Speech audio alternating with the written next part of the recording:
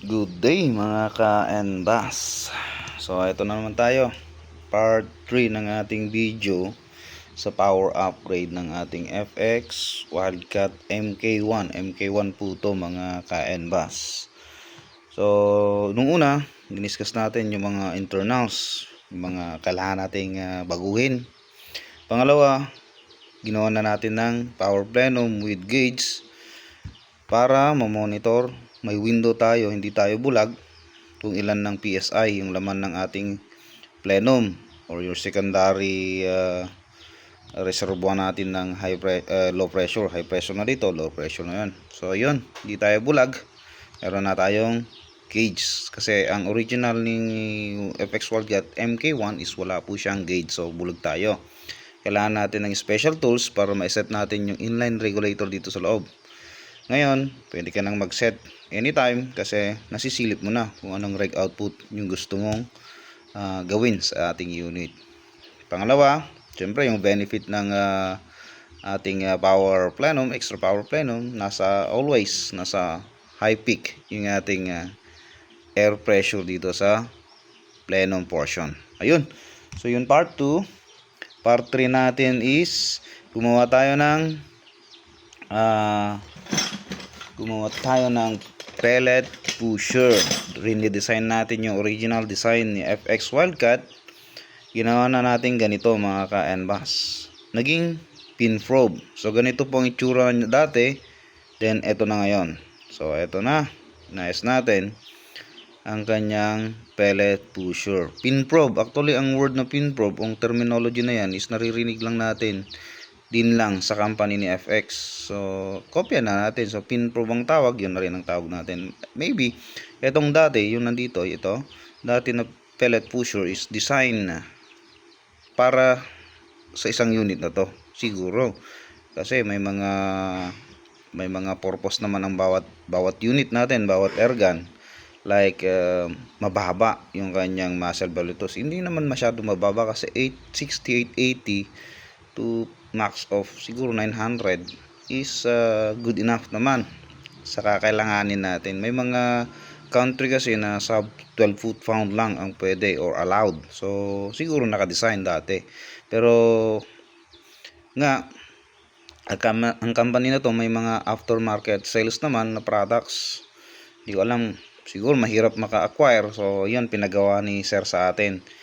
Itong plenum, tapos etong nakita ko kasi pinalitan ko, iniskas ko rin yan sa ating first video part 1, bakit natin pinalitan ng ganitong design. So pin probe, mayroon siyang specific, yung tusok na yan may specific sizes po yan para sa 5.5 na bore diameter, inner diameter or bore ng ating barrel. Kasi napansin nga natin sa unang part ng ating discussion, part 1, ito po yung porting niya, yung pinag-aralan natin, meron siyang choke point. Mayroong choke point dito sa portion na to, which is naging 4 na yung kanyang diameter. 5 pataas, naging 4. 5.5 yung butas ng ating barrel. So pinalitan natin para makapagbigay ng magandang flow. So susubukan natin to mga ka-NBAS.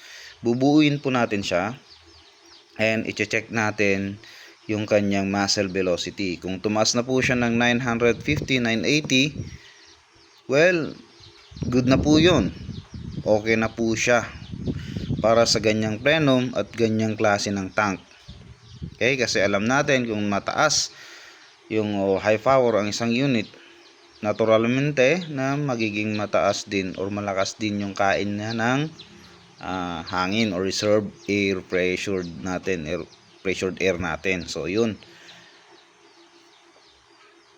ang susunod na ating part, magiging part 4 po yun. Papakina natin yung kanyang muzzle velocity after nang ginawa natin ito, and kung na-meet natin yung ganung lakas, nasa kay sir na kung gusto pa niyang mas malakas, kung naabot na natin, kasi starting po rito yung mga video natin nung kinuha natin is 860 to 880 FPS pinaka maximum.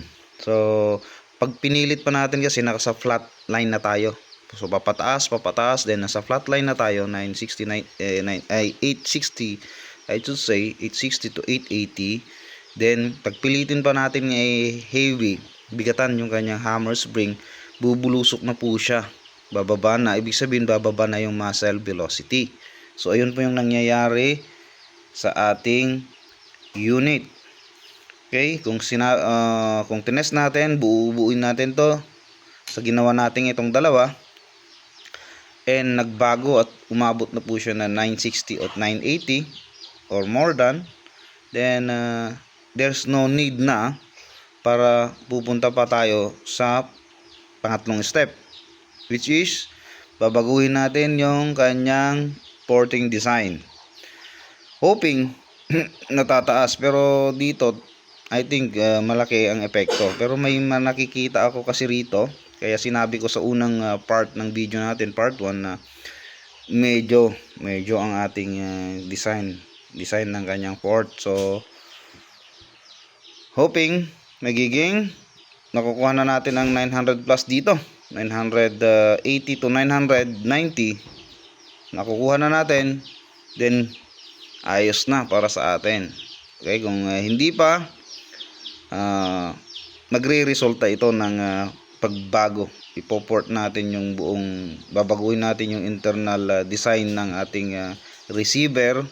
Hindi sa sinasabi nating mas magaling tayo sa company, pero syempre iba kasi siguro malamang ang design, purpose design ng unit na to. Saka old na rin to, matagal ng version na rin ng company ni FX Airgun. So eto, i-assemble na natin mga ka-NBAS. Malalaman na natin kung tama ba yung ginawa natin. Initial 2, mas safe to, pinaka safe yung ginawa nating dalawa.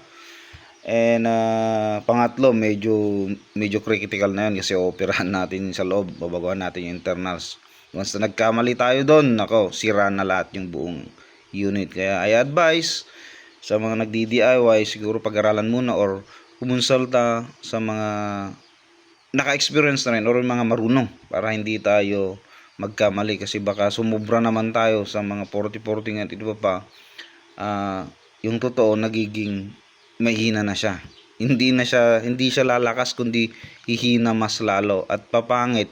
May mga ibang effects sa loob during shot breaks na hindi ka nais na ayaw natin sa ating unit. Yan, by experience po yung sinasabi ko mga ka-NBAS. So ayun, piece of advice sa mga gustong mag DIY. And then ano pa ba, ayun, abang po sa susunod na video, assemble and buga agad ng part 4 ng video yung kanyang muzzle velocity, kung gumanda na ba or hindi. And kung hindi ba, ito na, ipapakita ko yung anong gagawin natin dito sa kanyang mga porting. So kung lumakas to, yes, okay. Ayun, thank you mga ka-NBAS. Abangan natin ang kanyang part 4, yung pagputok na nito kung tumaas yung kanyang muzzle velocity.